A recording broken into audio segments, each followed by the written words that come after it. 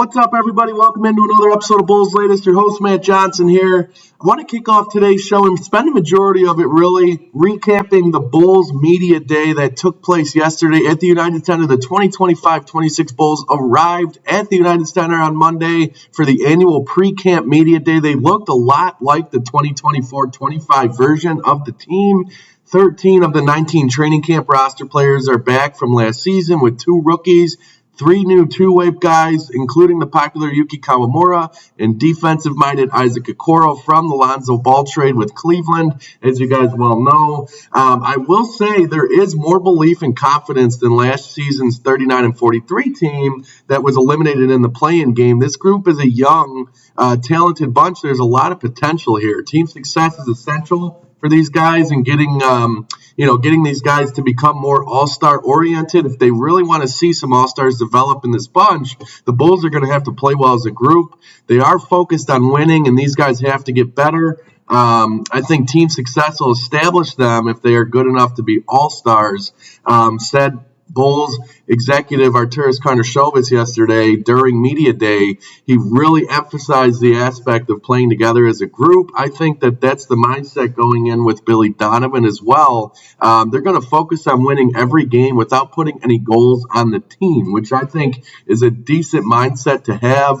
If you're not so goal-oriented individually, you want to look at how you can be as a bunch and how you can continue to develop and play well as a unit. So, I think when you look at what our AK said in terms of some other stuff yesterday that stood out to me, he said, quote, "We saw how demanding physically was every game.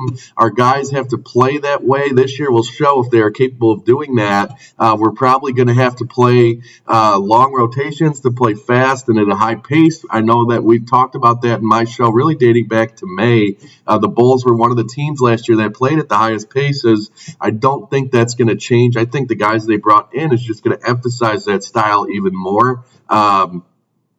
AK also emphasized that they learned a lot from losing to Miami in that fashion in the play-in tournament at home. Those are lessons that they're going to have to take into this upcoming season and see how they respond.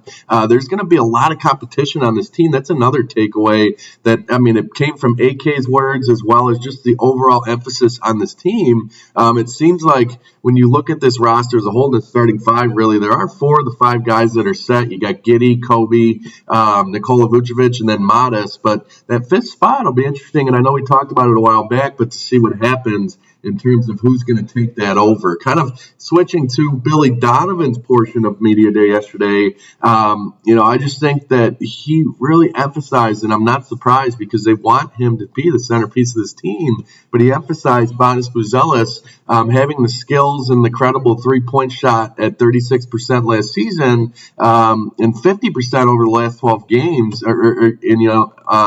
had a really solid final month of the year shooting the ball. So once he began starting, mid-season, he averaged 13 points a game. Billy Donovan emphasized this in yesterday's Media Day, saying that he's an athletic, good passing ball player with great ball handling skills, and that's his specialties. The fact that he does it all at 6'10", especially for a relatively guard-oriented Bulls team, is all the more impressive and important, and something that Billy Donovan is really looking forward to utilizing with increased minutes for Bonas Buzelis and really a much more monstrous role for this organization moving forward. So I think there's a lot of optimism with this young talent, and you can see that by the way yesterday went and the expectations heading into training camp kicking off today. I think it's a very exciting group. I think Bulls fans are going to be very surprised at what you see from this bunch.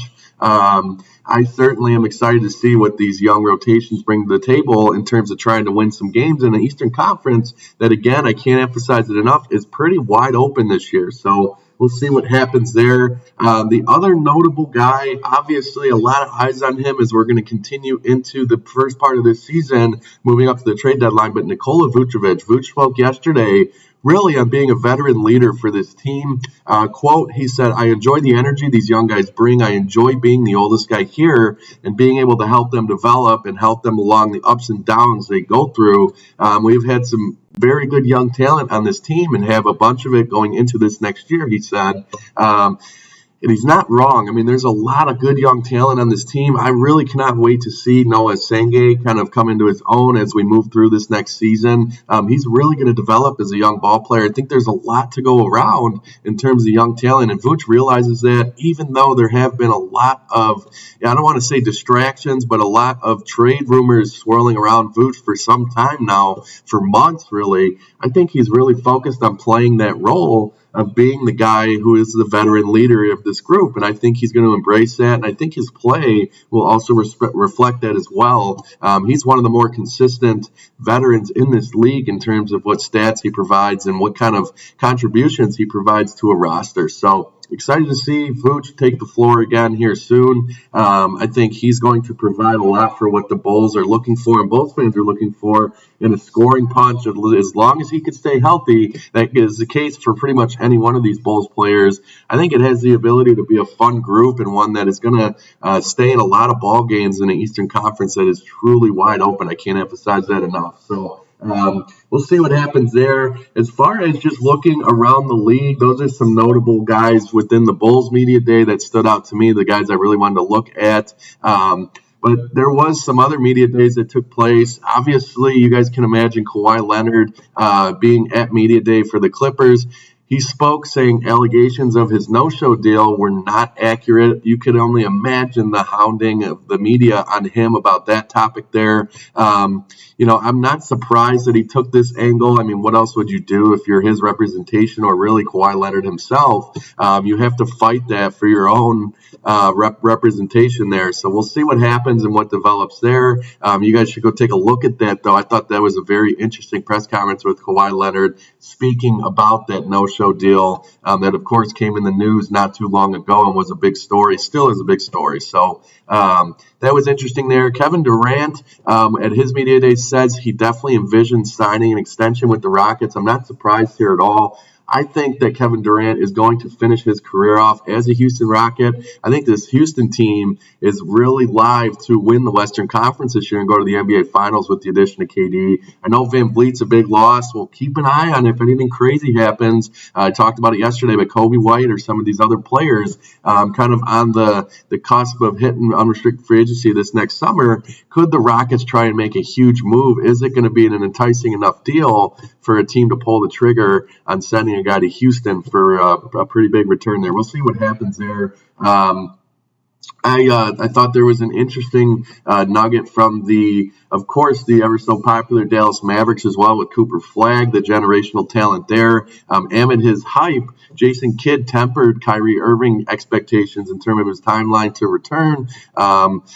Kind of taking the same attitude of another media day. I think Jason Tatum being on First Take a few weeks ago or a week ago or whatever that was, stating he wants to be back and that he's in a really good spot. I don't think he's going to rush back. I think Jason Kidd's taking that same approach with Kyrie, even though the hype around this Mavericks team is unbelievable. I can't remember a rookie being as popular in terms of the hype coming into the league their first season, really since probably in our generation, LeBron James. So we'll see what happens with Dallas this year. Those are some notes around the league in terms of some other media days. I thought Kawhi's conversation was quite interesting, though. If you guys want to go take a look at that, I would suggest that.